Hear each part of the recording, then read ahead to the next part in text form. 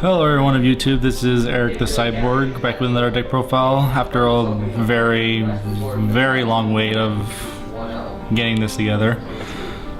Invoked Magician Girls. Let's do it. So start off, since it's invoked, obviously you gotta run the 3 Alistairs.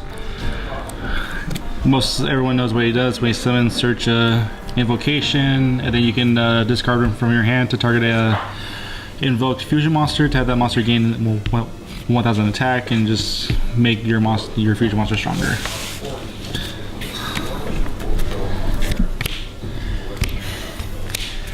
Three Chocolate Magician Girls. You can, with her effect, you can discard one spellcaster from your hand to draw a card, and for the Magician Girls, they all have the same effect.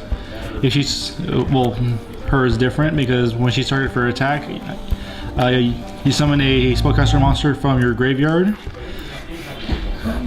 to your field, and then that newly summoned monster becomes the new attack target, and the monster's attack is halved. So pretty much just make sure your opponent's monster are weaker and just changes the battle targets.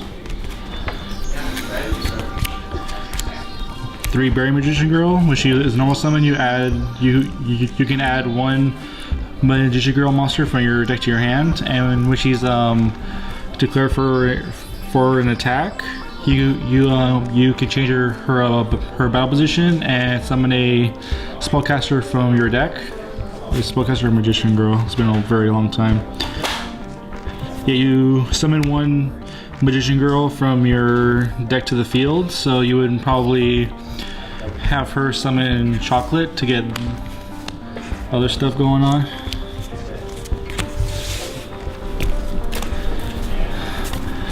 Three Kiwis. Basically, Kiwi is like the Honest for the deck, because you can discard her and all Magician Girl monsters gain control, or gain attack, not control. You gain 300 attack and defense for each Magician Girl monster with different names on the field and in the graveyard. So if you have like all of them, like either on your field or graveyard, the maximum attack they'll gain will be like 12 or 1500. And if she's on the field, spellcaster type monsters that I control cannot be destroyed with card effects, and they cannot be targeted with card effects. So she's also a good ways to not get Dark Hold or Regeki or Mirror Force or whatever's gonna make my monsters go away. 2 of Apple. She's the same effect for the other ones except for Kiwi. When she's a target for attack, I summon a it's been a very long while. A level 5 or lower spellcaster monster from my hand to the field, and then the attack target gets switched to that monster, and that monster's stats are halved. And if she were to be destroyed by battle or card effect, I can add up to 3 other Magician Girl monsters from my graveyard to my hand. So unfortunately, she can't really bring herself back, but I kind of see why, because if you were able to bring her back through her own effects, it would be just like an endless loop of just keep bringing back your stuff to your hand. So it's a nice little thing on it. 2 Lemon Magician Girls, basically the same effect for when she's attacked, except it's a general spellcaster type, so just any spellcaster from your hand. And her other effect is that once per turn you contribute 1 spellcaster.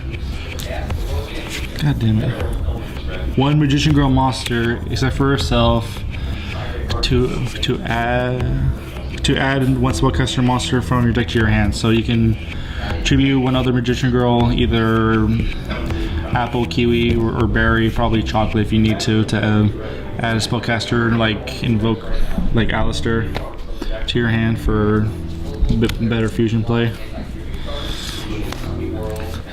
2 Cosmo Queens, because she's a high-level spellcaster and she's actually pretty good in attack. So, and dark. So, just a random vanilla, good choice, I think. And Max C, because Max C, obviously. That's all for the monsters. Onto the spells. Obviously, the most broken field spell for freaking Invoked, the Magical Meltdown, because you can't negate their summons because of this card. And when this is activated, you can add a Alistair to your hand, so you can go off from that. And Invoked is nothing without the invocations. Only 2, because with this you're able to recycle it back by getting your banished Alistair back to your hand. So, and you can banish fusion materials from your graveyard and or your opponent's graveyard. So things like with you that you'll be able to get your stuff back, but your opponent won't really be able to do that either way. So use your opponent's monsters for it. 3 terraforming because you're running a field spell. Of course, this will be changed once the new ban list comes out. If they do hit terraforming on it, maybe not. We'll see what happens when the time comes. Wonder wants for draw power. Chalices, because it's Chalice. Everyone basically already knows what this card does and why it's a good card to use. One soul charge, self-explanatory of soul charge. 2 dark holes and a Regeki for board wipes. For monster board wipes, that is. Trap cards now. 2 Lost Winds. It's a very good trap card. Negates the monsters. Negates a special on monster's effect, and it has their attack, and it is permanent. And you can put this back to your field through its other effects, but I don't really want to get much into that. But if you do it again, when you do its great effect, it's banished instead. Storming for all of the attacking monsters to put them back to their hand. And the Solemns, of course, Solemn Warning and 2 Solemn Streaks. That is the main deck. Onto the extras. It's an Invoked deck, so obviously you're going to be running the fusions. 2 of Mechaba. Negation for the ass. Negation up the ass, actually. Just self-explanatory, just fucking negations. Raijins. If you're running the instant fusions, he's a instant fusion target, and he's a Book of Moon during either player's turn. The vanilla fusion for beatdown. The water one for a cactus. He's basically kind of like a super heavy samurai, but it counts his attack stats, and he cannot be destroyed by the opponent's card effects. So kind of like good for defense because he's 29 defense, but sad for attack. And then 2 Picker Trios to attack everything on the field. So if you're facing like the Yang Zings and they keep summoning their monsters, keep attacking them. 2 Caliga is another instant fusion target if you want to use the instant fusion engine with it. This monster only allows both players to only have 1 monster attack. So great for stall. And then the only 2 XCs, Steel Swarm Roach for the summoning negation for level 5 or higher monsters, and Karagoron for effects that target to change their targets. That is the Invoked Magician Girl deck.